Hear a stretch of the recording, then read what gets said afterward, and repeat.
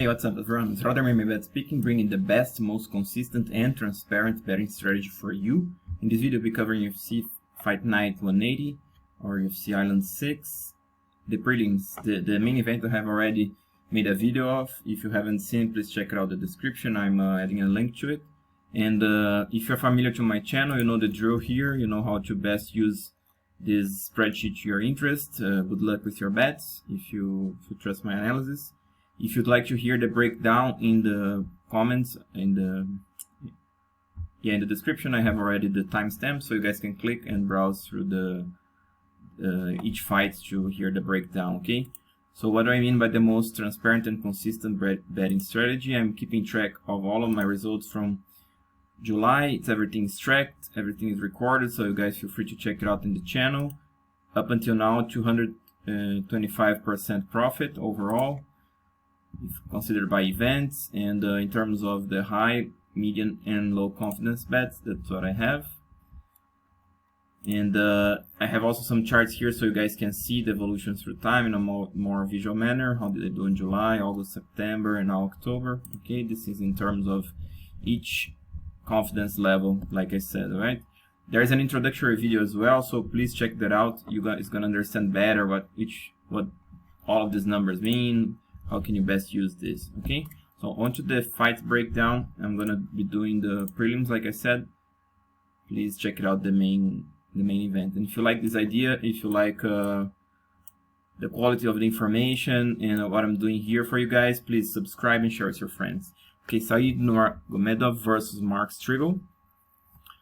Actually, interesting fight, guys. Nurmagomedov is the more well-rounded guy. You know, actually. Yeah, he's a more well-rounded guy, I can say that, especially, but in this fight he has the advantage on the striking, you know, that's how actually this is most likely gonna play out. Now, Striegl, he's no slouch on the striking, the guy, you know, is quite good everywhere, you know, he has got some power on his hands himself, quite big guy for the division.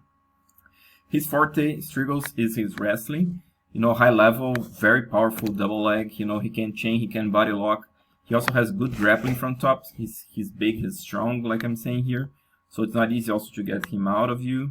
And like I said, it's good level. He's not elite or anything, you know. Actually, the wrestling is, you know, it's very good, like I said. I think he ran for the Olympics from Philippines, if I'm not mistaken. But besides that, the grappling, he can back up a little bit. And yeah, and the striking is still improving, like I said, you know, he has got power, but he makes some mistakes, like narrowing the distance and keeping the chin up. He can get caught there. Nurmagomedov, like I said, the best striker here. He's certainly very difficult to predict. The guy spins a lot, you know, and lots of feints, great volume, you know. He has the sambo wrestling background from Russia, so it's not going to be easy to take him down. I think Striegl can take him down, but I think it's tough to hold him down. So actually, I'm picking Nurmagomedov here, but the bet could be on Striegl if the line climbs up to plus 350. You know, I think Striegl has some chance. He can fight smart. He can maybe out wrestle Nurmagomedov. Can make it close. Can clinch him a lot. Make him wear his weight. I don't think that's much likely a scenario, but it's possible. So my safest pick is Nurmagomedov. The bet would be on a Striegl plus 350. Nurmagomedov by decision if it can get a plus 400, or even TKO plus 500. And Striegl, he can edge a decision, maybe a split decision if he gets the chance to get a hold on Nurmagomedov. Okay, on to the next fight. Maxim Grishin versus Gadzhimurad Antigulov. Actually, this is not an easy fight to predict, you know. Actually, it's been quite easy to predict what Antigulov is gonna do, but actually in his last fight it looks like he was trying to pace himself a little bit before he tried to bull rush everyone. He goes to that nasty single leg that he has. He's quite short guy for the division. I think he's 6 foot as a light heavyweight, or even a little bit shorter than that. He's also short in his limbs, but still he's stalking, he's powerful, and that single leg is just nasty. He can take anyone down with that. And ground and pound is strong. He can go for chokes, but he used it to bull rush. He used it to wear all his cardio in the first couple of minutes. It looked like I said in his last fight, he tried to pace himself, but he got caught. Now Grishin, very well-rounded guy, massive experience, you know. He's yeah, basically he's very around his stuff, you know, he does a little bit of everything pretty well, but to me there's nothing outstanding, you know, and I think he likes likes speed, likes output. He's quite passive from what I've seen. So I think Grishin by TKO is the safest pick here, but actually my bet is going to Antigulov. I got a bet on him. I'm just fixing this now, okay? I got a bet on him at plus 300. It's a pretty good bet in my opinion, because like I said, I'm not sure that Grishin gonna dominate this fight. He can, you know, stay, you know, on his back foot. He can sort of look through the fight, and Antigulov, he can, you know, pace himself, use his takedown to his advantage. So I do see this. So I do see Antigulov with some chances here, especially if he fights smart, which he can. He got 3 losses in a row, so I don't think he's gonna just do more of the same, but could be. So Antigulov is my bet, but I'm picking Grishin by TKO. Jamie Mullarkey versus Fares Ziam. Mullarkey, by what I've seen on footage, the more aggressive, the more well-rounded guy. He likes, like I said, he's a forward fighter. You know, he likes to get inside. He has some power on his hands. He throws lots of volume, good you know, hooks. From what I've seen, he can go to the body if I'm not mistaken. He does quite good job there. Also, he's a superior wrestler on this fight. That's why I'm picking him.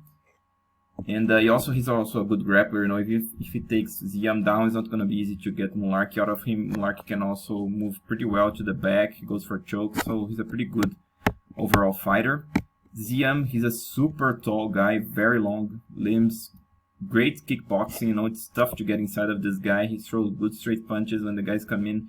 He can throw powerful left hooks. He can go for straight punches, overhands himself. You know, he's got decent power, so it's not easy to get inside of this guy. But he's pretty young, you know, both of this guy actually, but Ziam is 3 years younger. And I don't think that Ziam is still on the top of his game. He's still evolving. And I think Mullarkey is more solid from what I've seen. That's why I'm picking Mullarkey.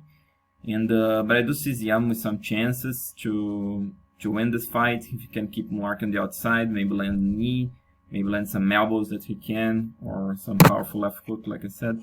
But still, the safest pick is Mullarkey. I don't think it's worth betting this fight unless you can get either of these guys by decision. Even though both have power, both are very young and still, you know, pretty tough. With their chin still, you know, pretty good. So I think that I would bet this fight if I can get either of these guys, on plus 400 by decision. Jung Park versus John Phillips.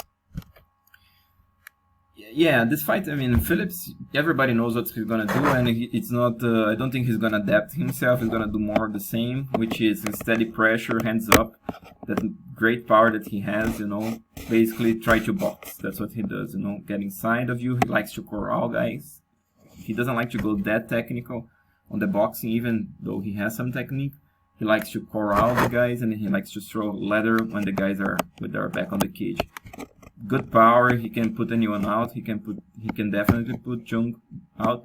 But Jung is the more complete fighter. You know, he's more busy. He's better with the footwork, better with the head movements, better defense. He throws more volume. You know, I think Phillips trying to get inside. He's gonna, you know, pot shot a little bit, hit and run. He can shoot takedowns, which Phillips doesn't like much. So Park is definitely the pick here. But in terms of betting, like I was saying, Park, if you can get him by decision at plus 400, or even Phillips by TKO plus 500, I think there's some value to it. I don't think Park can TKO Phillips. Phillips is too tough for that, and I don't think Park has enough, you know, skills to submit Phillips. Even though Phillips has no ground game, I think he's gonna just, you know, hold his guard. He's not gonna make that many mistakes on the floor if he gets taken down. You know? James Krause versus Claudio da Silva. Krause, very well-rounded guy, you know, super, you know, he's a veteran of the game, you know, pretty big experience, like I'm saying, you know, great grappling, good striking, you know, he's a veteran. I'm repeating that, but the reason is because, you know, he does pretty much everything right. If the guy wants to strike with him, he can pot shot, he can go aggressive, he can throw combos, he can wait a little bit to counter, he can do pretty much everything. He's also a great grappler, you know. The thing that Krause, he in the past he struggled a lot against wrestlers and against superior grapplers, which is the case against Silva. The thing is that Krause, he doesn't have that good takedown defense, you know. He has got some stiff hips. Kind of weird if you guys see him kick him, you know. He kind of tries to lift his leg, he just can't. So I think this is the reason why he doesn't have good takedown defense, even though he does a pretty good job with the underhooks. He does a great job on the clinch, you know. But in terms of hips, in terms of that explosive sprawl, he doesn't have that very much. And even though he can counter BJJ upon takedowns, you know, but I don't think gonna be much. He's not gonna be able to do much against Silva. Silva, very tough guy, you know, quite big guy for the division. He's a BJJ player, and he's trying to put wrestling to his game to try to bring fighters to the ground. Like I said, he's a big guy. He's got power, you know, even though he doesn't have the technique on the feet, he throws kind of powerful shots. He reminds a little bit of, I forgot the name of the guy, the other Brazilian. Sergio Moraes, not by the physical, but a little bit on the style. You know, he jumps in, he throws the overhands, he tries to get inside, and he shoots, he clinches, and he goes for takedown. The thing that Silva, he's stronger than the guy that just said, Moraes. And Krause, I think he'll struggle a little bit against Silva's strengths, you know. And like I said, each guy has the style to beat the other. But I think Silva will ultimately be able to nudge Krause if he has his cardio on top, you know. He's on top of his game, he has his cardio right. He's going to be able to edge Krause, in my opinion, you know. That's why I'm picking Silva. I'm betting Silva. I think I put that in my spreadsheet, didn't I? And also I'd like to bet either of these guys by decision. And if you like Krause, I would say wait for the first round to pass, because Silva most likely going to win the first round, then you go for Krause. I'm going to be doing that myself if the line presents, because I do think Krause, you know, he's solid, he will push through. He'll be in the fight, he's not going to be finished, I think.